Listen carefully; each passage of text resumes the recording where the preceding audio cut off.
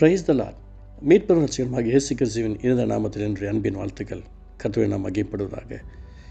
பரிசுத்த லூக்கா எழுதின சுவிசேஷ புத்தகம் 10ஆம் அதிகாரம் 19வது வசனம். Luke chapter 10 verse 19. இதோ சர்ப்பங்களையும் தேள்களையும் மிதிக்கவும் சத்துருடைய சகல வல்லமையும் மேற்கொள்ளவும் உங்களுக்கு அதிகாரம் கொடுக்கிறேன், ஒன்றும் உங்களை சேதப்படுத்த மாட்டாது. அல்லேலூயா. நமக்கு ஒரு பெரிய ஆஸ்வதிக்கப்பட்ட ஒரு நாளாய் இந்த ஓய்வு நாளை கர்த்தர் வச்சிருக்கிறார். 32வது ஓய்வு நாள். இந்த 2024 32வது ஓய்வு நாள். 224வது நாள். 224வது நாள். 224th டே. நமக்கு கர்த்தர் இன்றைக்கும் ஒரு அதிகாரத்தை வைக்கிறார். என்ன அதிகாரம்?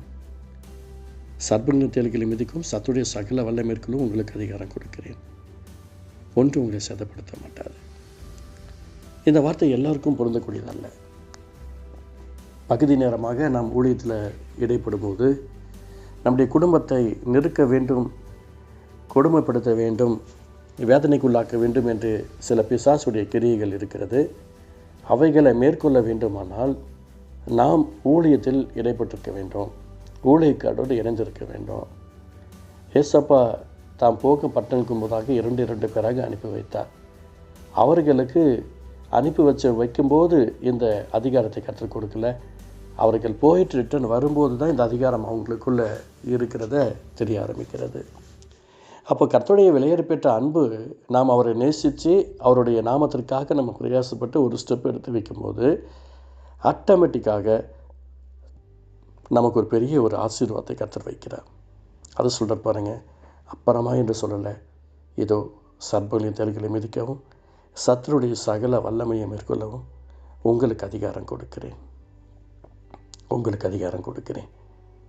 நீங்கள் வீட்டில் சமையல் பண்ணிகிட்ருக்கிறீங்க. உங்கள் டிபார்ட்மெண்ட்டில் அரிசி பருப்பு என்னெல்லாம் தேவைப்படுது. அதுக்காக நீங்கள் எப்படி ஜெபிக்கணும்? ஜெபத்தோடு அந்த கிச்சன் டிபார்ட்மெண்ட்டில் இருங்க. தேவைகள் ஆண்டவர் சந்திப்பார். எனக்கு ஒரு ஊழியத்திற்காக சென்றிருந்தேன். எனக்கு எப்போதுமே எனக்கு தேவையாக இருக்கும்போது ஊழியத்துக்கு போக மாட்டேன். அது ஒரு பழக்கமாயிடுச்சு. ஃப்ரம் பிகினிங்கிலே சில ஆவிக்குரிய தலைவர்கள் எனக்கு கொடுத்த அட்வைஸ் இன்ன வரைக்கும் காத்துக்கிட்டு இருக்கு. ரொம்ப தேவைகளாக இருந்தால் கூட சரி, போகவே மாட்டேன். ஆனால் என்னோடய தேவைகளை சந்திக்கப்பட்டுக்கிட்டே இருக்கும். அப்போ ஒரு ஃபோன் காலில் ஜெபிக்கும்படியாக எனக்கு அழைப்பு வந்தது. அதில் நான் அவங்களுக்காக ஜெபிக்க ஆரம்பித்தேன்.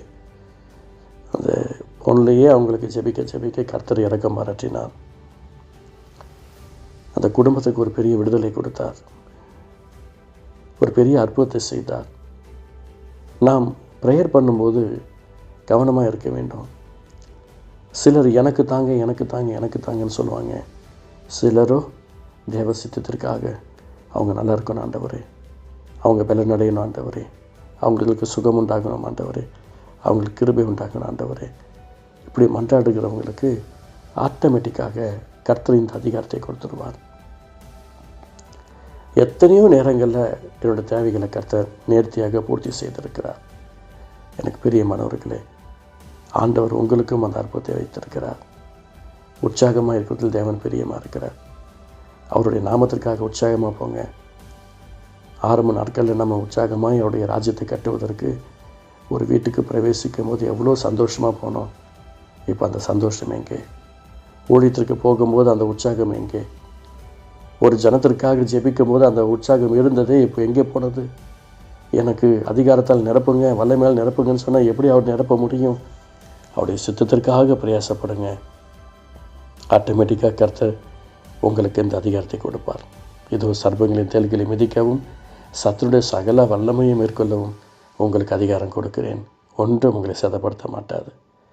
கர்த்தர் ஒருத்தருக்கு அதிகாரம் கொடுத்தாருன்னா சேதமே வராது. நீங்கள் கர்த்தர்கிட்ட அதிகாரம் பெறணும் அப்படின்னு சொன்னால் நீங்கள் அந்த அளவுக்கு உங்களை நீங்கள் தாழ்த்தணும், உங்களை ஆண்டோடைய அன்புக்குள்ளே அர்ப்பணிக்கணும். ஆண்டவர் ஆட்டோமேட்டிக்காக உங்களுடைய வாழ்க்கையின் ஆசீர்வாதங்களை உங்கள் கண்கள் காண ஆண்டவர் இரக்கம் செய்வார். அதாவது சொல்கிறார் பாருங்க. ஏதோ சர்ப்பங்களின் தேள்களை மிதிக்கவும் சத்துருடைய சகல வல்லமையை மேற்கொள்ளவும் உங்களுக்கு அதிகாரம் கொடுக்குறேன், யாருக்கு கொடுக்குறாரு பாருங்கள்? உங்களுக்கு. ஆண்டவர் உங்களுக்கு ஒரு பெரிய அதிகாரத்தை வச்சுருக்கிறார். இந்த நாளிலிருந்து இழந்து போன அந்த ஆசீர்வாதத்தை சுமந்து கொள்ளுங்கள். ஊழியத்திற்காக உற்சாகமாக ஓடின போது கிடைத்த சந்தோஷம், சமாதானம், நிம்மதி, அமைதி, பணத்தேவைகள், பொருளாதாரத்தேவைகள்லாம் இப்போ காணாமல் போயிருந்ததே. மறுபடியுமா உற்சாகமாக போங்க. ஆண்டவர் உங்களை ஆசீர்வதிப்பார். அவர் உங்களை பலப்படுத்துவார். அவர் உங்களுக்கு அற்புதங்களை செய்வார். ஏசப்பா ஒரு அதிசயத்தை செய்வார். அன்பு தகப்பனே, இதோ சர்ப்பங்களின் தேள்களை மிதிக்கவும் சத்துடைய சகல வல்ல மேற்கொள்ள உங்களுக்கு அதிகாரம் கொடுக்கிறேன். ஒன்று உங்களை சேதப்படுத்த மாட்டார் என்ற வார்த்தையின் பிரகாரமாய் அற்புதமும் அதிசயமும் ஆசீர்வாதமும் ஊற்றும். இயேசு நல்ல பிதாவே. ஆமென், ஆமென்.